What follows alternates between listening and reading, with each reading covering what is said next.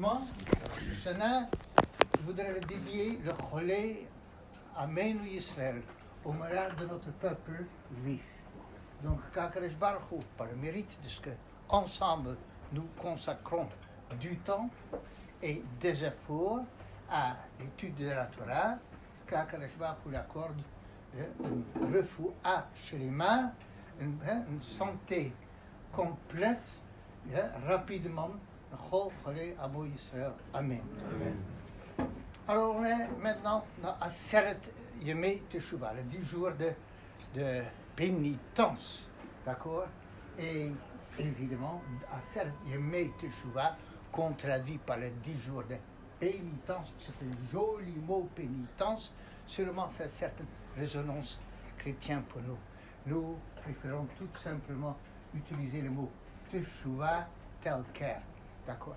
Maintenant, le mot Teshuvah, c'est le repentir, ou la pénitence, ce que vous voulez, ça c'est le mot. Alors, je voudrais relever ce soir une fête étonnante, intrigante, que je n'ai jamais entendu que quelqu'un s'est arrêté sur cette fête. Si vous l'avez vu quelque part, alors je vous invite que vous m'en faites part, que le mot Teshuvah, le même mot, a une autre traduction. Ça veut dire le mot Teshuvah, le mot hébreu, a un double sens. D'une part, Teshuvah, c'est ce qu'on vient de dire, c'est le repentir, la pénitence, de faire Teshuvah, d'accord? Mais il y a un deuxième temps, oui, en effet, qu'il y a un deuxième verbe qui est la chouv. Ça veut dire, le repentir, ça vient du radical la chouv. Qu'est-ce que c'est, se repentir? Qu'est-ce que ça veut dire? Faire marche arrière. Neshamashenetatari, Torah tabrata. Au départ, on était tous innocents, comme des bébés. Après, on a gâché des choses. Et lorsqu'on a gâché des choses, et on fait Teshuvah, on fait marche arrière. On revient à notre origine, à la proximité avec Akadosh Baruch Hu. Et ça, c'est le principe de la Teshuvah. Ce n'est pas tout simplement se repentir, une pénitence, non, c'est une marche arrière, de revenir à l'endroit initial qui était notre endroit, qui est notre référence, de là où on est naturellement, je dirais, au Gan Eden. Mais le mot Teshuvah a un deuxième sens. Et Teshuvah, Bedavar, quelle réponse est-ce que vous avez pour cette question? Et donc, le mot Teshuvah veut dire aussi répondre. En français, il n'y a pas ce double sens. Répondre, c'est une chose.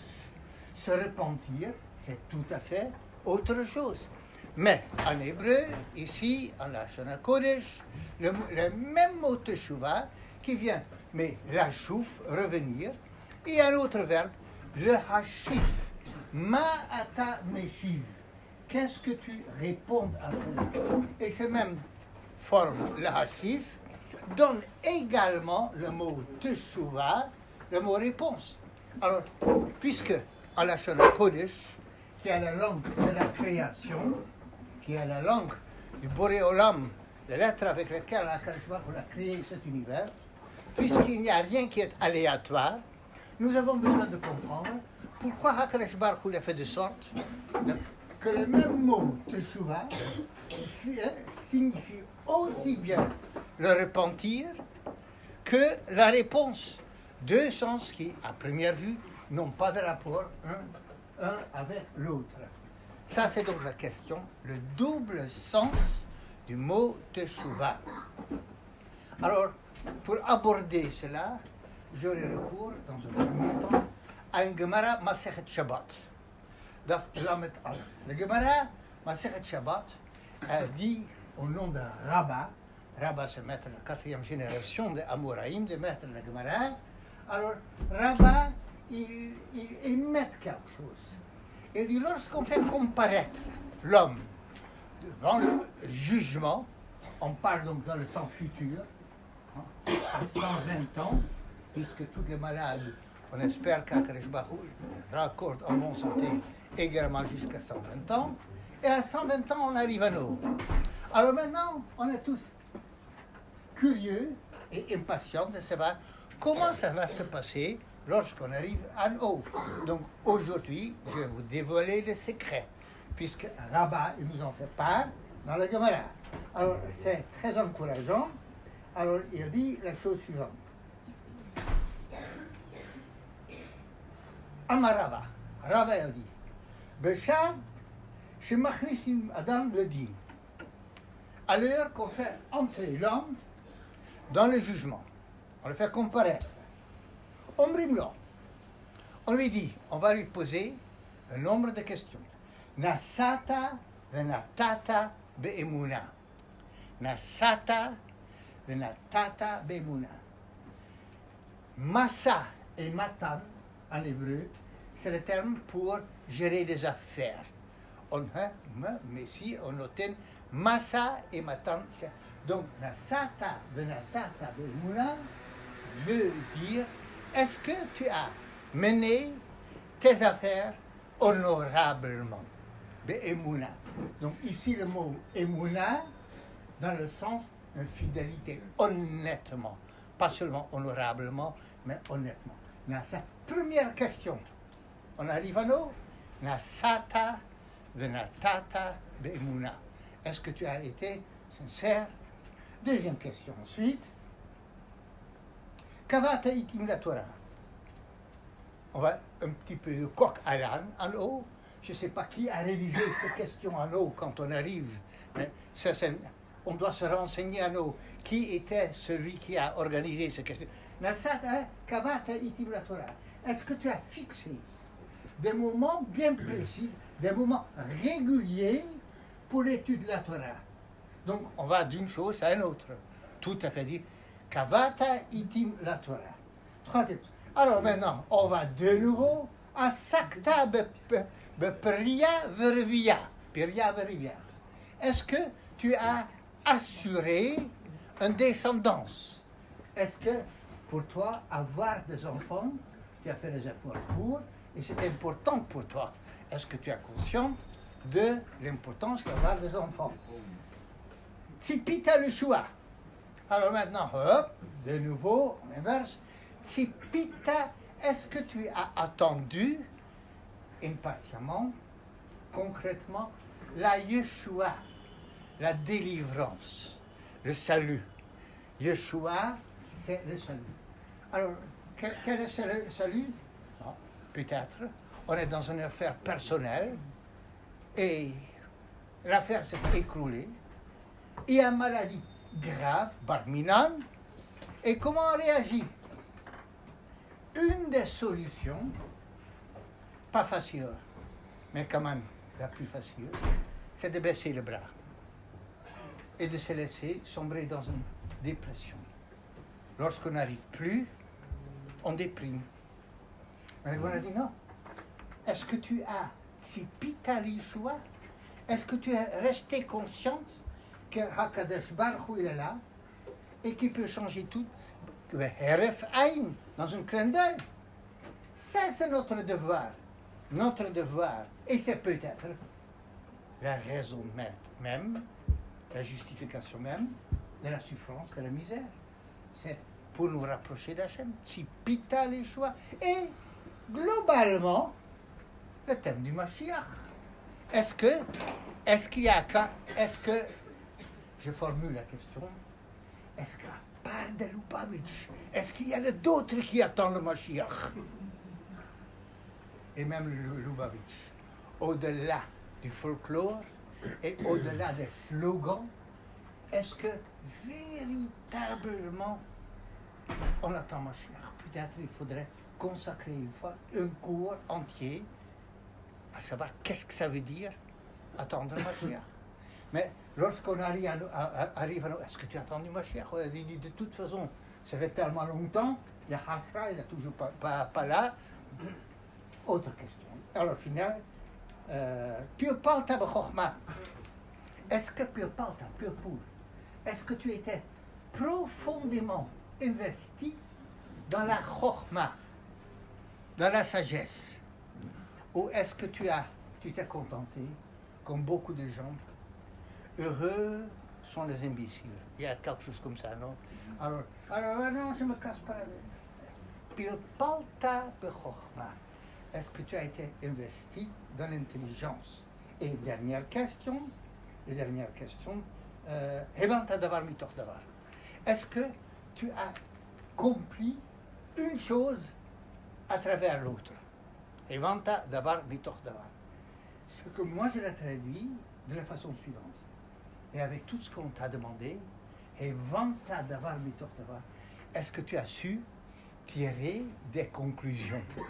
On a plein de questions dans la vie, on a plein de réflexions dans la vie, mais est-ce qu'on sait en tirer des conclusions? Après, la Gemara dit quelque chose de terrifiant. Et même si la réponse qu'on donne est affirmative sur toutes ces questions, 6 questions, et même si on arrive en haut avec toutes les questions, on n'amène pas sur l'Yeshaya, si la personne est remplie de Yirat Hashem, de crainte de Dieu, ça y est, tu peux continuer le couloir à droite. Et sinon, alors tout est perdu, ça n'a pas de sens.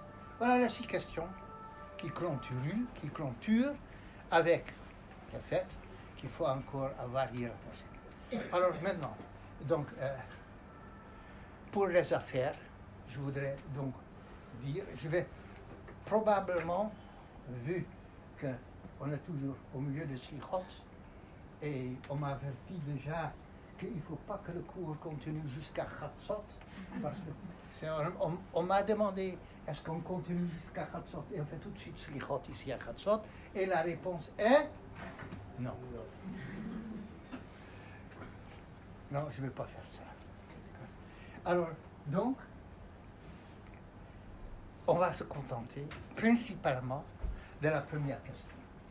Nasata venatata be'emuna. On va toucher la deuxième, mais principalement la première. Et ce qu'on va étudier va donc avoir, si vous êtes mefalpel b'chokhma, si vous êtes investi dans l'intelligence, dans la sagesse, vous allez voir que ça s'applique à toutes les différentes questions, le principe qu'on va émettre dans les attentions. La première question c'est, est-ce que tu as mené tes affaires dans une honnêteté parfaite?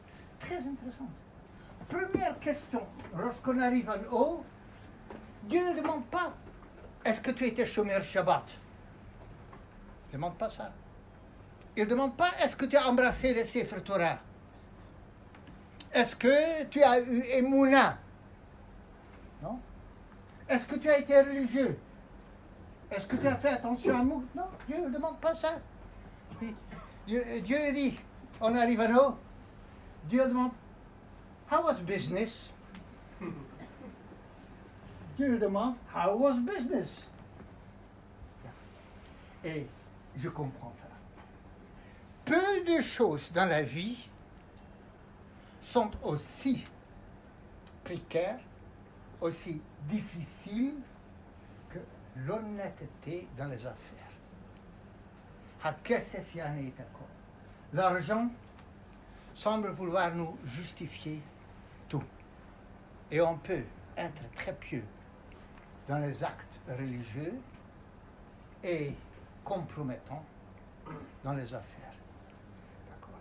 Alors, la première question, Dieu demande, est-ce que tu as été religieux dans les affaires? Est-ce que là, très intéressante, et je pense que ça explique la deuxième question.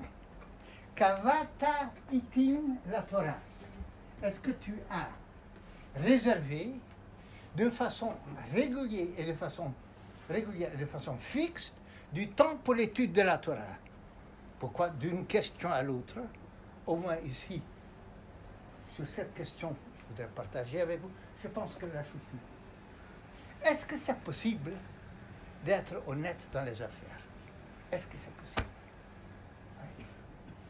Je ne connais peu de gens pour qui l'inspection d'un pot se passe bien. Peu. Je connais à Marseille, il y en a peut-être beaucoup. J'ai connu une personne à Marseille dans les grosses affaires, qu'à la fin de l'inspection, il a été félicité par les inspecteurs parce qu'on n'a rien pu trouver. Qu'est-ce que ça peut prouver? Je ne sais pas. Mais ils n'ont rien trouvé. Alors il dit, tout était transparent, tout était clair. Combien de personnes se font féliciter par l'inspecteur? Je ne sais pas. En tout cas, je parle dans les grosses affaires. Alors donc, est-ce que c'est possible, vraiment, dans l'argent, d'être aussi religieux que dans le Muktzah de Shabbat? Alors je vais vous donner la clé ce soir. Je vais vous expliquer comment ça marche. Comment est-ce que... La réponse est, on est obligé d'étudier la Torah. De façon fixe, kavata itim. On doit se répéter tout le temps. Et qu'est-ce qu'on étudie la Torah? Je pense que c'est le sous-entendu de la Gemara. Quand on étudie la Gemara, on redevient conscient jusqu'à où Hachem a créé l'homme Betselem Elohim, à l'image d'Hachem. Donc, je me répète, et c'est le sens de la Gemara, comme Bava Metzia et Bava Kama, qu'on étudie avec nos petits-enfants, des macertotes qui harcèlent l'honnêteté, qui est à répétition, avant d'apprendre Kochim, parce que si on est conscient qu'on est soi-même Betselem Elohim, à l'image d'Hachem, et on est conscient que l'autre en face de moi, l'acheteur au magasin, il est Betselem Elohim, je le regarde, et quand je le regarde, je vois Hachem. Est-ce que je suis encore capable d'avoir la moindre marge de malhonnêteté? Est-ce que je suis capable de tricher avec quelqu'un lorsque je suis empreint de savoir, oui, mais il te représente Hachem. Il est l'image. Ça veut dire, si je le lèse, en quelque sorte, c'est pas lui que je lèse. Oui, bien sûr, je le lèse lui. Mais je fais tort au Boré Olam, au Créateur du monde. Et je pense que ça, c'est l'enchaînement. Nasata benatata be'emuna. Est-ce que tu as été honnête dans les affaires? Oui, mais qu'est-ce qu'on me demande? Comment on peut me dire? Non, kavate itim la Torah. Si tu es vraiment complètement versé de façon fixe tous les jours, et on parle donc ici du commerçant, on ne parle pas à Avrich Koléo pour demander kavata itim la Torah. Peut-être lui, on devrait lui demander kavata itim pour le business. Parce que im en kémach, en Torah. Mais ici, on parle donc de quelqu'un qui travaille. Et on dit, est-ce que tu as fixé de façon absolument sans exception du temps pour la Torah? Il y a beaucoup de sipurim, des gens qui ont fait ça et que ça leur a réussi. Ça, c'est la question. Et ça, c'est tout de suite, ça ne nous permet pas de venir avec des fausses excuses. Mais l'argent heureux, c'est autre chose. Deux questions. Alors, maintenant que là où je voudrais en arriver, je vous ai dit, on reste sur la première question principale. Nasata venatata be'emuna. Est-ce que tu as été honnête dans les affaires? Rabotai. Tout d'abord, j'ouvre encore une parenthèse. Il y a ici 6 questions. Posez-vous la question. Que lorsque vous arrivez à O, parce que, et voilà l'interrogatoire, je ne sais pas si c'est par écrit ou par oral, ou si par écrit c'est comme ça. Tu reviens dans un autre Gilgul pour l'oral. Tu reviens en septembre, oui, pour l'oral, hein, après un Gilgul. Mais ça fait beaucoup de questions. Qui, maintenant, je vous demande, se sent bien, ouais, j'arrive à l'eau, pas de problème. Je mets les aigues partout, dans toutes les cases. Difficile. Nos Chachamim relèvent de nouveau quelque chose. Tout à l'heure, on avait parlé du double sens du mot teshuva, sur lequel on va revenir plus tard. On a mis un moment de coup. Ici aussi, on trouve un double sens. Nasata venatata be'emuna. Nous avons traduit cela. Est-ce que tu as été fidèle, honnête dans les affaires? Mais il y a aussi le mot emuna dans le sens fidèle, honnête. Mais pour nous, le mot emuna, en général, on l'utilise dans un autre sens. On utilise le mot emuna pour la foi. La proximité de l'intellect et du cœur envers Hachem. C'est l'emuna. Nasata venatata be'emuna. Est-ce que tu as été investi dans des questions d'emuna? Est-ce que tu... De nouveau, double sens, vous voyez. Et donc là aussi, il faut poser la question. Mais pourquoi l'hébreu est souvent tellement ambigu? Et la réponse est, l'hébreu n'est jamais ambigu. Jamais, jamais l'hébreu est ambigu. Il est ambi, mais pas ambigu. Il est ambivalent. Ambivalent, et ambigu, ça veut dire pas clair, ça ou ça, on ne sait jamais. Ambivalent, ça veut dire que les deux idées vont en parallèle. Elles vont ensemble. Ils vont ensemble. Nasata, venatata, be'emuna. Alors, et c'est sur cela qu'on va s'arrêter au moment. Nasata, venatata, be'emuna. Est-ce que dans ta vie, tu as été autant préoccupé par la question de la religion que par la question d'argent? Vous voyez, nasata, venatata, le double sens. Le emuna ou l'argent, oui, mais ça va de pair. Il y avait un grand philosophe en France. Vous voulez savoir qui c'est? Il s'agit de Sartre, qui a avoué que sa préoccupation de la vie, dans son livre, Dieu n'occupe pas beaucoup de place. Il a dit, j'étais préoccupé dans ma vie par bien d'autres choses que par Dieu. Quoi, on le laisse pour lui à savoir. Mais, donc la question c'est, est-ce que Dieu, pas si ça nous occupe, est-ce que la question de Dieu nous préoccupe? Parce que si ça ne nous préoccupe pas, on n'a pas de raison d'être sur Terre, on n'a pas de sens. Donc voilà,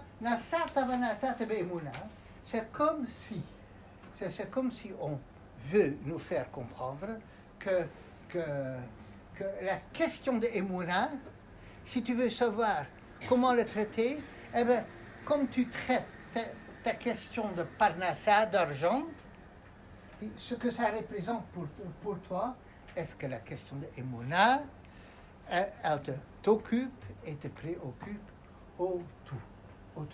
Donc, le double sens. Mais ce qui nous occupe, alors c'est là où j'arrive maintenant, ce qui nous travaille, c'est ce bombardement de questions. On a dit tout à l'heure, on arrive en haut. Est-ce qu'on n'est pas complètement, royalement perdu? Qui a encore une réponse affirmative à donner à toutes ces questions à Hachem? Qui vient avec toutes ces questions, qui a encore de l'espoir? Ou est-ce qu'il faut mieux se déprimer? Qu'est-ce que Hachem il nous... Mais après la première question, on reste quoi? On reste sans réponse. On est paralysé. Qu'est-ce qu'on pourrait avoir comme réponse? C'est-à-dire, on nous demande, on nous pose une question, et bien, va cacher la teshuva. Et on n'a pas de teshuva, on n'a pas de réponse. Alors, nous allons voir quelque chose en deux étapes. La réponse à toutes ces questions La réponse, la teshuva à toutes ces questions, c'est la teshuva. C'est le repentir. On revient au double sens du mot teshuva. Akadosh Baruch Hu poserait, mais tu as fait tellement de bêtises. Oui, Akadosh Baruch Hu, je reconnais, j'ai fait tellement de bêtises. On est dans Aseret Yemei Teshuva, et j'ai fait teshuva. Donc je reconnais tout le mal que j'ai fait, mais je ne suis pas resté sur ça. Il y a quelque chose qui a changé dans ma vie. J'ai fait teshuva. Donc la teshuva, réponse, est la seule. Non, la teshuva, repentir, est notre réponse est notre teshuva, réponse à toutes les questions. On ne peut pas affirmer sur toutes ces questions qu'on a respecté tout. On ne peut pas dire oui à Kadosh Baruch Hu, je n'ai jamais pris un centime de plus dans une affaire, jamais. Oui, j'ai jamais raté un jour en semaine, j'ai jamais raté un jour où j'ai pas étudié. Je n'ai pas toutes ces questions. Non, on ne peut pas, on n'arrive pas. Mais on n'en a jamais fait une justification. On n'a jamais prétendu que c'est comme ça que les choses doivent se passer. On a fait teshuva. On s'est repenti. Et quand on s'est repenti, on dit à Akadosh Baruch Hu, oui, Akadosh Baruch Hu, qu'est-ce que tu as à dire en ton défense, ta défense, c'est-à-dire notre défense, le fait d'avoir teshuva. Voilà, c'est la première partie de la réponse. Mais ma teshuva n'est pas une teshuva. La réponse n'est pas réponse. Si quelqu'un a volé, si quelqu'un n'a pas respecté Shabbat, il fait teshuva, tant mieux pour lui. Mais ça veut dire que pendant tout ce temps, jusqu'à là, jusqu'à la faute, jusqu'après la faute, jusqu'au repentir, la personne a vécu dans une illégitimité. La personne n'a pas eu de raison d'être. Alors maintenant, il regrette. Je vais vous donner un exemple. Si quelqu'un mange du poison, Rabbi, il dit, j'ai mangé du poison, mais j'ai fait tout de suite teshuva. Il y a une chose extraordinaire, que la teshuva marche même contre le poison. Que Yom Kippour a deux pouvoirs, le chaper ou le tahir. Le chaper, pardonner, et le tahir, et le purifier. Mais sauf finalement, pendant tout le temps, jusqu'au drame, enfin, tout, y compris le drame, jusqu'à la teshuva, on n'était pas en règle. Et on n'a pas de légitimité. Et comment la teshuva, la teshuva est importante. Au moins j'ai quelque chose à dire. Mais les Anglais, ils disent too little, too late. C'est trop peu et c'est trop tard. En quoi la teshuva peut, merci beaucoup, en quoi la teshuva, elle peut vraiment constituer une réponse. J'ai une réponse, oui, j'ai quelque chose que je vais dire. Mais est-ce que la réponse fait le poids avec la faute? Est-ce que la réponse fait le poids avec l'accusation? Chers amis, je vais revenir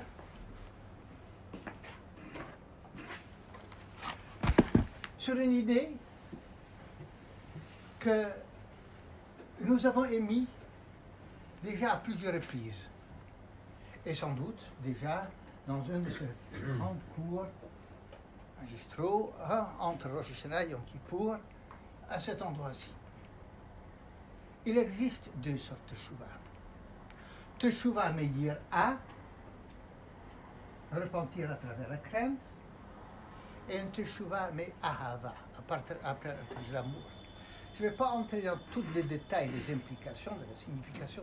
Je veux relever une chose. Et pour relever cette une chose, je vais prendre comme illustration Yom Kippour. Yom Kippour, c'est la fête la plus étrange que nous avons dans la Torah.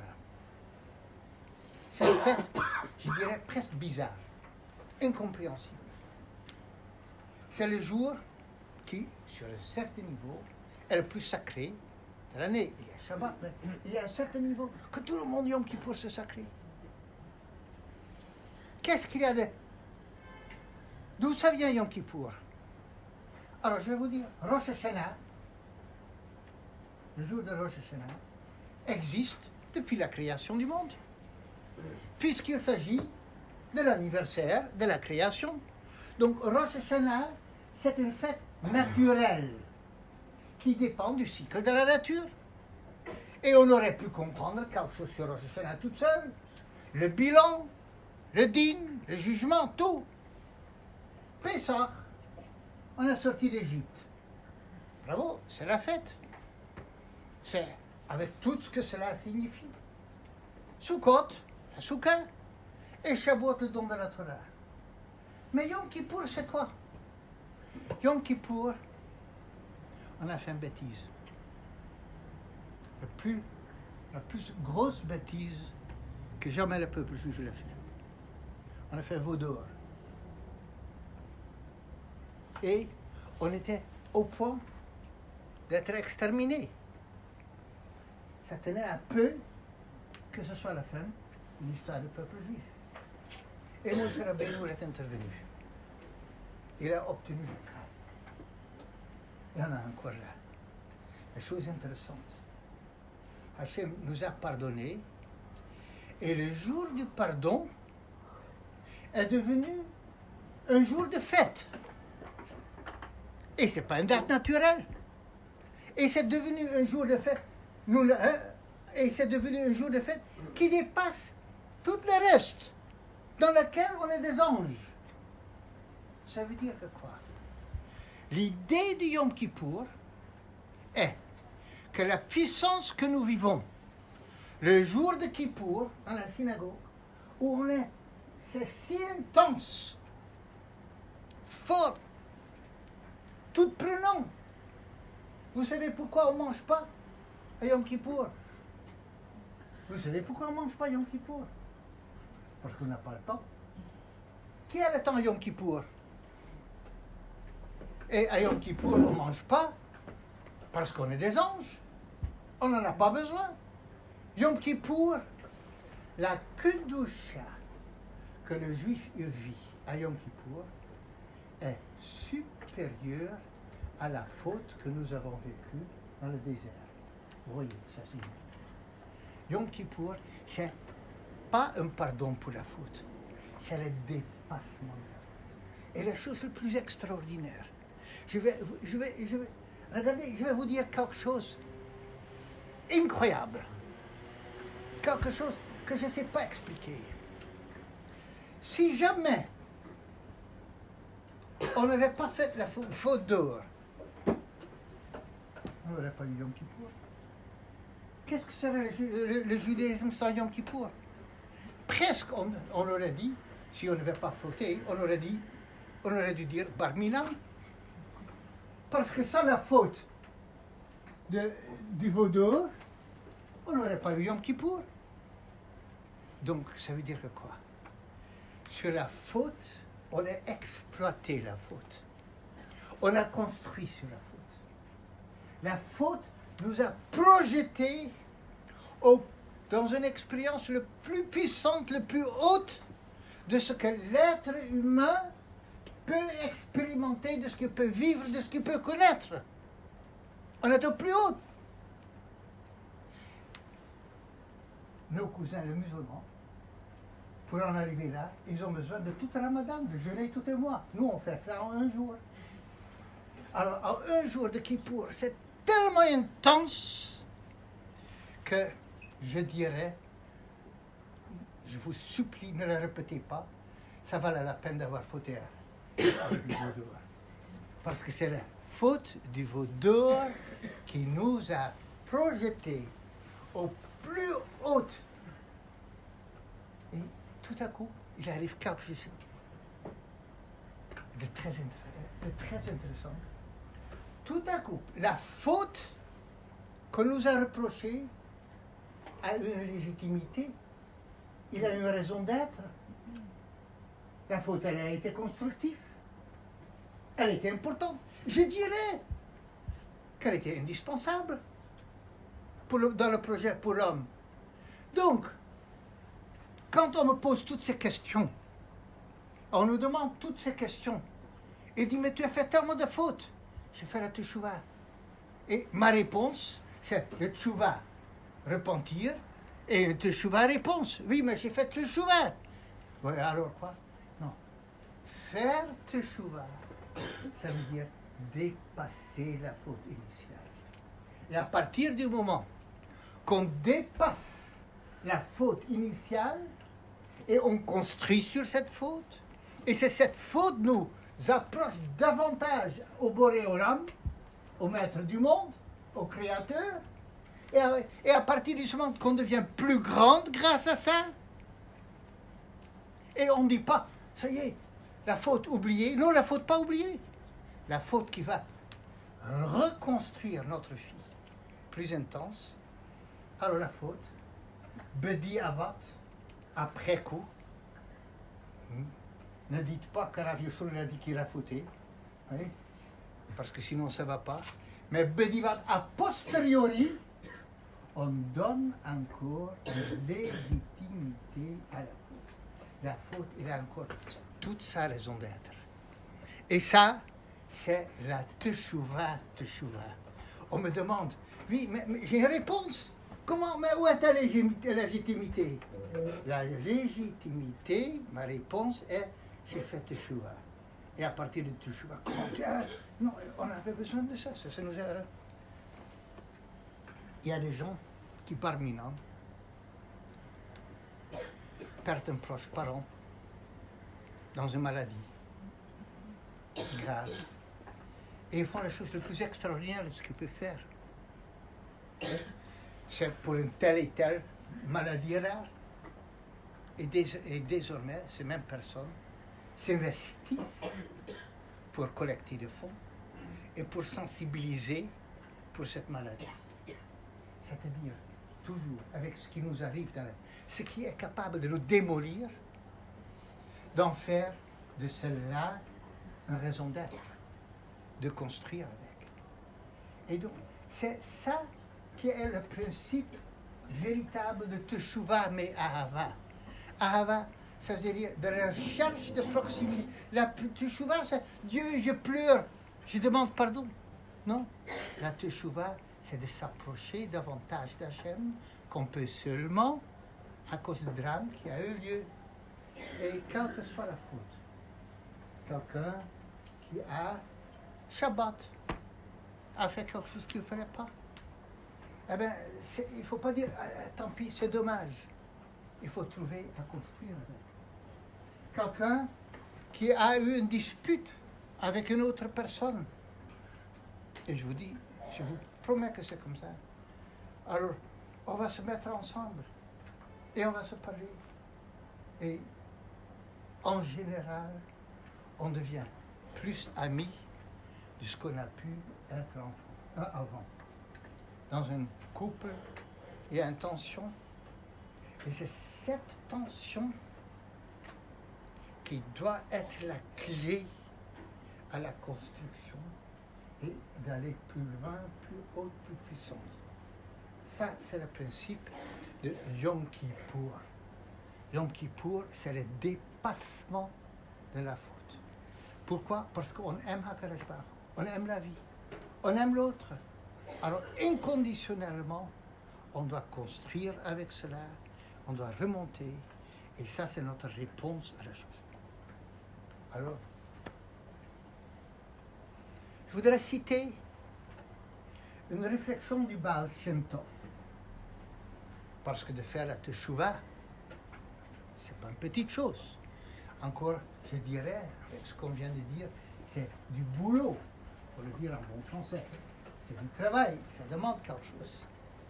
Alors, il y a une remarque très intéressante du Baal Shem Tov. Vous savez, on prêche tout le temps que l'être humain doit être modeste.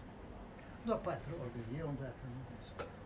Alors le Baal Shem Tov, il écrit quelque part qu'il est interdit d'être trop modeste. Il ne faut pas vivre uniquement à travers la modestie. Pourquoi il dit? Parce que si quelqu'un il se dit trop modeste, il dit mais c'est trop difficile, je ne suis pas capable. Il faut déjà une grande confiance en soi-même, Selem Elohim, la conscience, pour savoir qu'on est capable de remonter. Et pas pour baisser les bras tout de suite.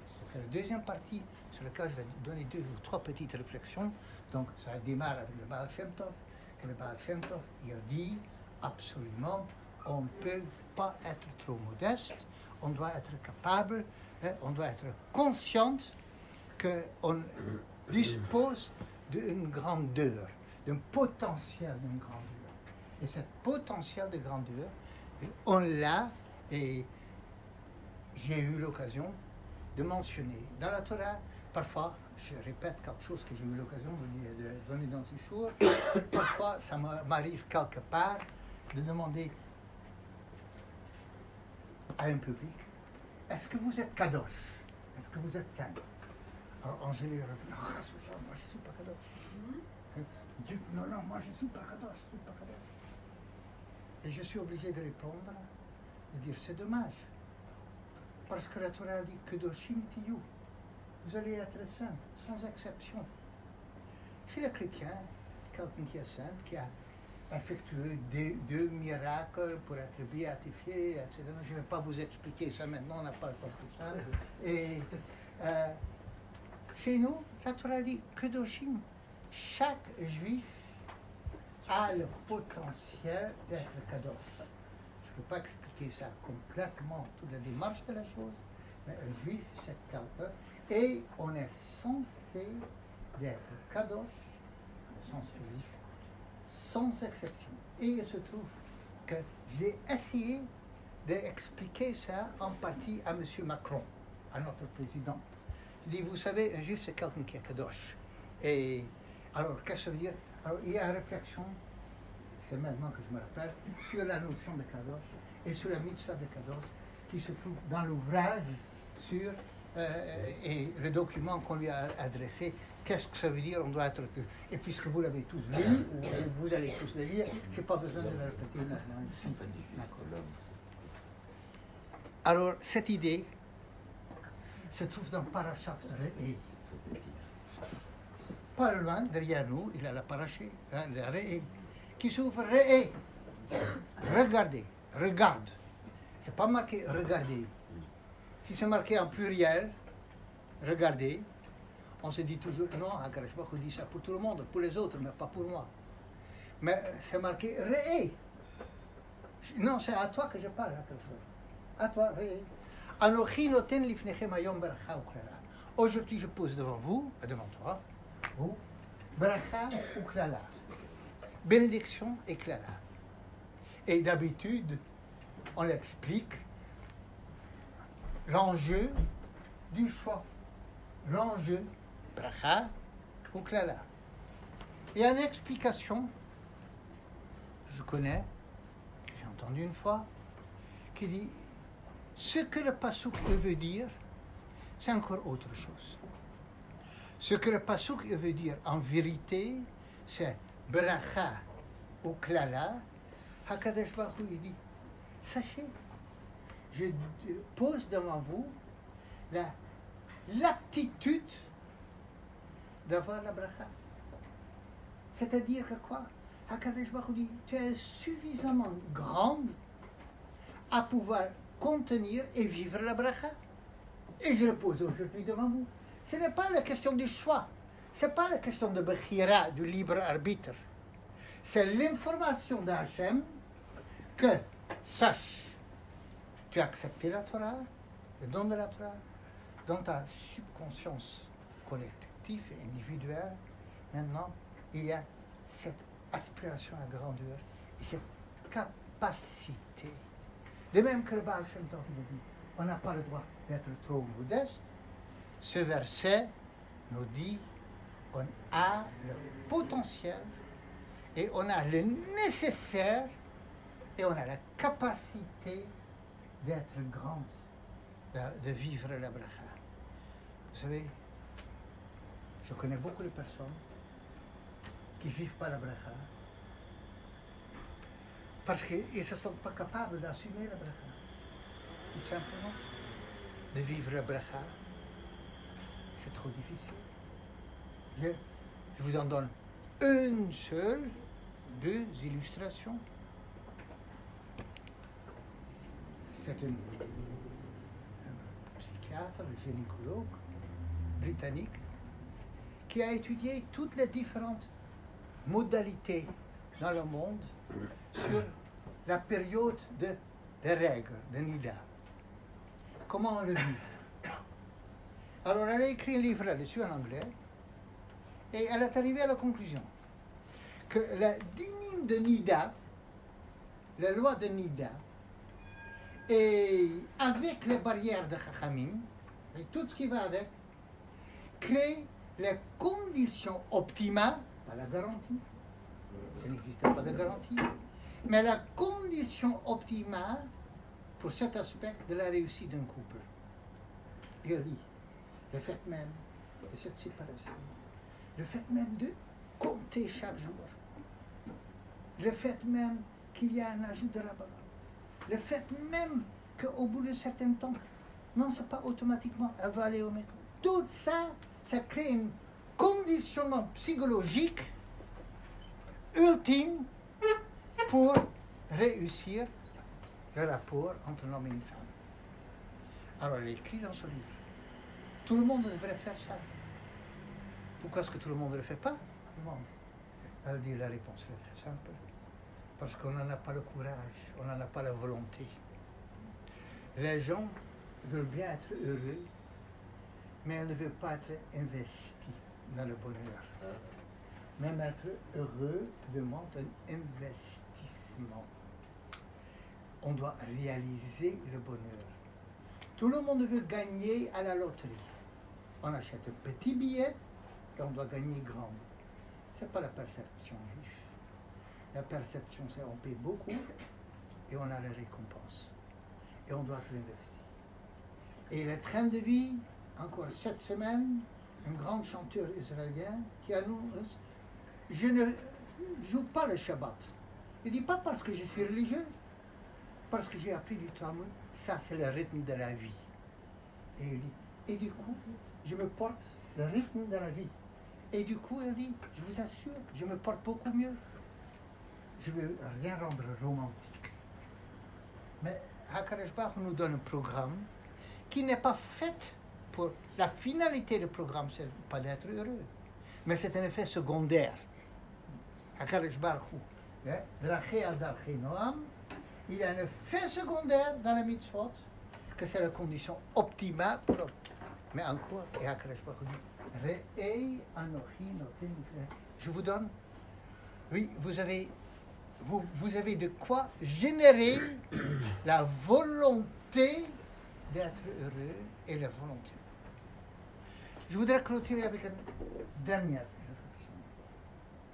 La réflexion appartient à mon fils Rav Yonatan, à Bnei Brak. Aussi, dans Parashat Nitzavim, que nous avons lu le Shabbat dernier, on est en train de dire à HaKadosh Baruch Hu, mais faites les mitzvot.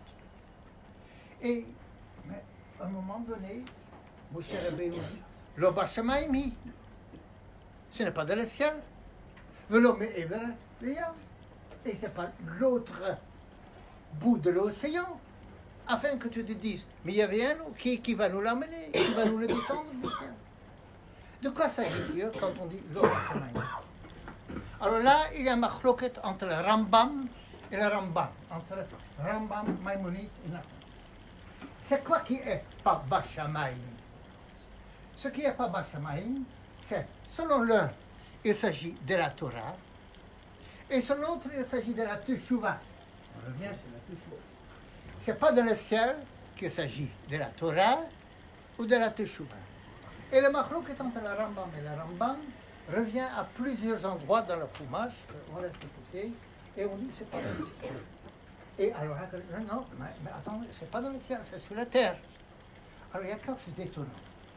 Entre le ciel et la terre, la distance est assez grande. Qui Karov Adavar et les remonte? Non, c'est à côté de toi, c'est très proche. Alors, c'est bizarre. Moi, je croyais que c'était au ciel. Et on me dit, non, c'est à côté de toi. Non, je ne peux pas me tromper à ce point. Comment est-ce que... Et de quoi s'agit-il? Qu'il s'agit de Torah ou qu'il s'agit de la Teshuvah? Rabotai. L'explication de mon fils, c'est évident, dit-il, qu'il y a deux choses qui ne sont pas sur terre, qui sont dans le ciel. La Torah, les anges, ils n'ont pas voulu que Moshe Rabbeinu descende la Torah. Ils ont dit, on a trop matérialisé la Torah, on a rendu la Torah. Ceux qui étudient toute la journée la Kabbalah, ils sont plus proches, un peu plus proches de la Torah. La Torah, c'est certain que c'est Bachamaïm, que c'est dans le ciel. Ici, c'est je dirais, une Torah diluée en la mesure homéopathique de la Torah. T80. Ou F80, je ne sais plus comment ça s'appelle. Oui, TH CH, alors je sais. Non, en Allemagne, c'est un T. Oui. CH80 ou 250. On a une Torah diluée. La Torah, elle est dans le ciel. La Teshuvah a été créée avant le monde. La Teshuvah, c'est un thème tellement géant qu'en vérité, la Teshuvah, que quoi? De faire arrière sur une faute, une réalité physique qu'on a créée, de construire. Autant la Torah que la Teshuvah, qu'on pense comme le Rambam, les deux, ils sont dans le ciel. Alors, qu'est-ce que le Pasuk dit? Le Pasuk, alors, il dit, Vadaï, que c'est dans le ciel. Et Akadosh Baruch Hu dit, regarde, il existe aussi une Torah diluée. Et celle-là, elle est à côté de nous. On ouvre un Chumash, on étudie avec Rashi, on fait Daf Yomi, on vient dans le Shur, et on respecte les mitzvot. Ça, c'est une Torah. Cette Torah-là se trouve à côté de moi. Il existe aussi une Teshuvah terrestre, proche de moi, Karov Elecha Davar. Je commence à arrêter de faire la faute. Et je commence à regarder. Il existe une dimension de Teshuvah qui est très près de nous. Et c'est ça qu'Akadosh Baruch Hu, Moshe Rabbeinu nous dit dans le Torah. Il nous dit, Lo Bashamaim hi. Vadaï que la Torah est dans le Shamaim. Mais Akadosh Baruch Hu dit, c'est pas cette Torah que je te demande de réaliser. Je ne vous demande pas à être des anges. Ki karov elecha hadvar mot. Tout ce que je demande de vous, c'est de respecter la dimension de la Torah qui est proche de nous. La chose que nous sommes capables de faire et les choses pour lesquelles nous avons une conscience qui veut le faire. Donc il s'agit. Et lorsque on fait cette chose-là, cette dimension de ce qui est proche de nous, et on s'investit dans cela, et on arrive en haut, et on nous pose des questions, et on dit, mais tu as fauté, tu as tu nous as dit que la Torah était proche, et j'ai construit avec, j'ai fait Teshuvah, et quelle est ma Teshuvah, quelle est ma réponse? Ma réponse, c'est que j'ai fait Teshuvah, et ma réponse est qu'avec les petites choses que j'ai faites, je me suis aperçu que j'ai grandi et que j'ai dépassé la faute. Vous savez, quand on est enfant, on aime les choses qui font du bruit. On a des jeux, et plus que le jeu il fait du bruit, plus que c'est super. Un des jeux le plus abominable que je connais, c'est le chien de Fisher-Price. Il existe en deux éditions, une petite et une grande. Si vous connaissez des gens que vous n'aimez pas et que vous êtes obligé de faire un cadeau de naissance, offrez le grand chien. Après, il faudra faire Teshuvah. Pardon? Après, après, il faudra faire tes cheval. Non, non, non, non, non, non, non, surtout pas. Alors, c'est insupportable. Et non, mais ce qui est incroyable, c'est l'enfant se régale. Et c'est tellement merveilleux. Et lorsqu'on devient plus grand, ce qui nous était le plus près, le plus proche quand on était petit, ça fait mal aux oreilles, on ne le supporte plus.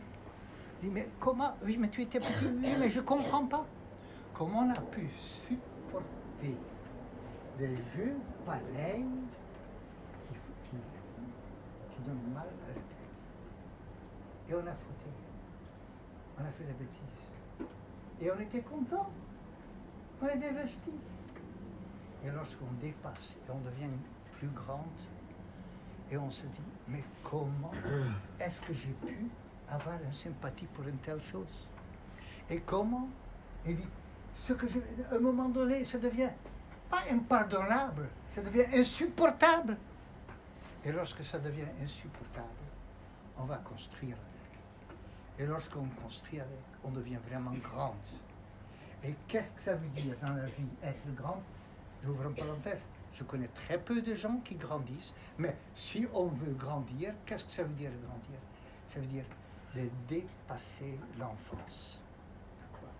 Et lorsqu'on arrive à Rosh Hashanah, j'ai déjà donné ça comme exemple, mais je le répète maintenant, lorsque c'est la nouvelle année, chez les non-juifs, ils vont boire du champagne, ils vont mettre un chapeau, et ils ont, je ne sais pas comment ça s'appelle, la flûte qui s'allonge, des cotillons, toutes sortes de choses.